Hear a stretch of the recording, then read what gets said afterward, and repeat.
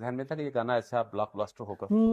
پہلے تو کبھی کبھی غم تھا، نہیں، جب یہ گانے آپ خود لکھتے ہیں یا آپ کسی سے لکھواتے ہیں؟ وہ خواب کلا کلا غم آپ کیا اس کا کرائٹیریا کیا رکھتے ہیں کہ گانے میں کیا ہونا چاہیے؟ گانے کی تعریف کرنے میں شاعر سے دلیر آدمی کوئی نہیں ہے، کہا بس لڑ گیا بھائی تو مارکیٹ میں.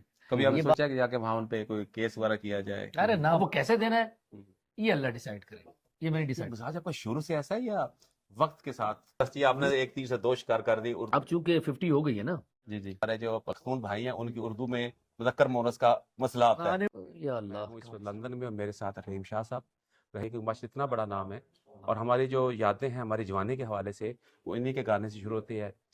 پہلے تو کبھی کبھی غم تھا. تو آج ہمارے ساتھ رحیم شاہ صاحب سے بات کرتے ہیں.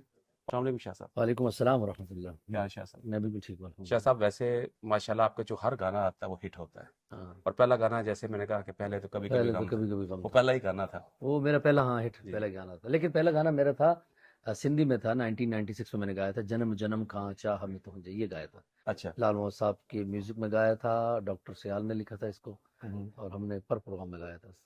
لیکن یہ کہ جو گانے سے ہم لوگوں نے آپ کو جانا وہ ہے پہلے تو کبھی اس کے بعد پھر آپ کے گانے آئے چنا بھی، اور جو ابھی آپ کا جو لاسٹ جس کو ابھی ہمارے میموریز میں ہے، وہ میرے خاص طور دل کے بہت قریب ہے، وہ ہے ماں مجھ کو جھولا ماں مجھ کو چلانا چلا.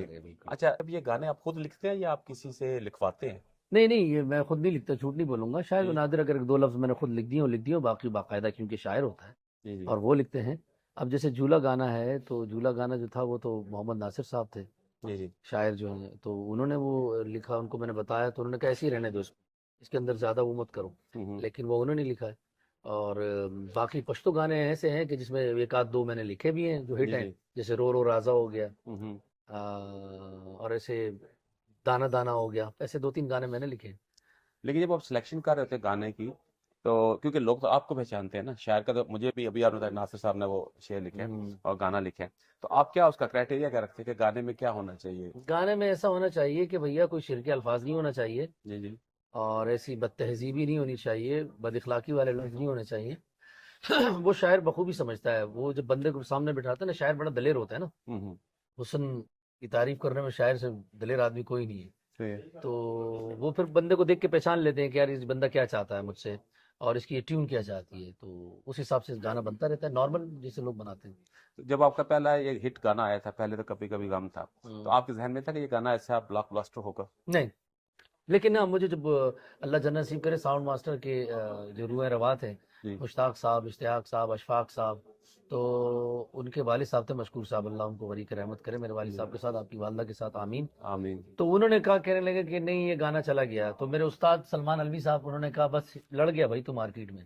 یہ بات ہے 1998 28 جولائی. بالکل تو 98 کا ہم نے نئی یونیورسٹی ختم کی تھی. 1998 بالکل. تو اس کے تو بہت زیادہ کاپی بھی کیا گیا ہندوستان میں. ہاں سب جگہ. اس کے کوئی رائٹس وغیرہ ملتے ہیں آپ کو؟ نہیں، کوئی نہیں.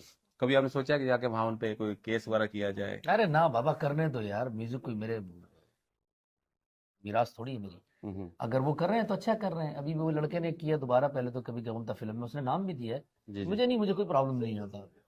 میرا حصہ جتنا دنیا میں لکھا ہوا اللہ تعالیٰ نے مجھے دینا ہے. اب وہ کیسے دینا ہے یہ اللہ ڈیسائیڈ کرے، یہ میں نہیں ڈیسائیڈ کر سکتا. مزاج آپ کا شروع سے ایسا ہے یا وقت کے ساتھ کسی مرشد نے بتایا؟ نہیں، مرشد میرا باپ مرشد میرا، اللہ ان کو غریق کی رحمت کرے. آمین. یہ تو میرے ڈی این اے میں ہے نا بھیا. جی. میرا پورا نام اگر ایسا کر رکھا جاتا، لکھا جاتا، تو وہ تو سید محمد رحیم شاہ ترمیزی. اچھا. تو یہ تو اگر میرے اچھے اخلاق ہوں گے تو اس سے میرے والد کا پتہ لگ جائے گا آپ کو کہ مجھے سکھانے والے میرے والد صاحب ہیں. اور اب چونکہ 50 ہو گئی ہے نا، جی تو 50 کے بعد تو تھوڑا بہت جھکاؤ تو آتا ہے. جھکاؤ تو آتا ہے. لیکن آپ پشتو اسپیکنگ ہے، اور عام طور پہ ہمارے جو پختون بھائی ہیں ان کی اردو میں مذکر مونس کا مسئلہ آتا ہے. وہ تو لازمی بات ہے، کوئی بھی زبان ایسا تو نہیں. آپ کو یہ ایشو نہیں آتا گاتے ہوئے؟ نہیں، میں کراچی میں پیدا ہوا ہوں نا، تو میں کراچی میں جب پیدا ہوا تو میں ملیر کھوکھرپار میں پیدا ہوا ہوں، تو لازمی بات ہے وہاں اردو بولی جاتی تھی. اور ویسے اردو سب کو بولنی چاہیے اور سیکھنی چاہیے. وہ اس لیے کہ ہماری قومی زبان ہے پاکستان کی، ہمیں اس پہ زیادہ توجہ دینی چاہیے. لیکن اللہ کا لاکھ لاکھ شکر ہے کہ مجھے قومی زبان اتنی بول لیتا ہوں کہ میرا کام چل جاتا ہے. اچھا، ابھی ہمارے کچھ پختون بولنے والے بھی ناظرین ہیں، تو ان کے لیے اگر کوئی آپ دو لائنیں سنا دیں. کیا سنا دوں؟ کوئی بھی، میں پشتو نہیں سمجھتا، میں تو اپنے ناظرین کے لیے خواہش کر رہا ہوں.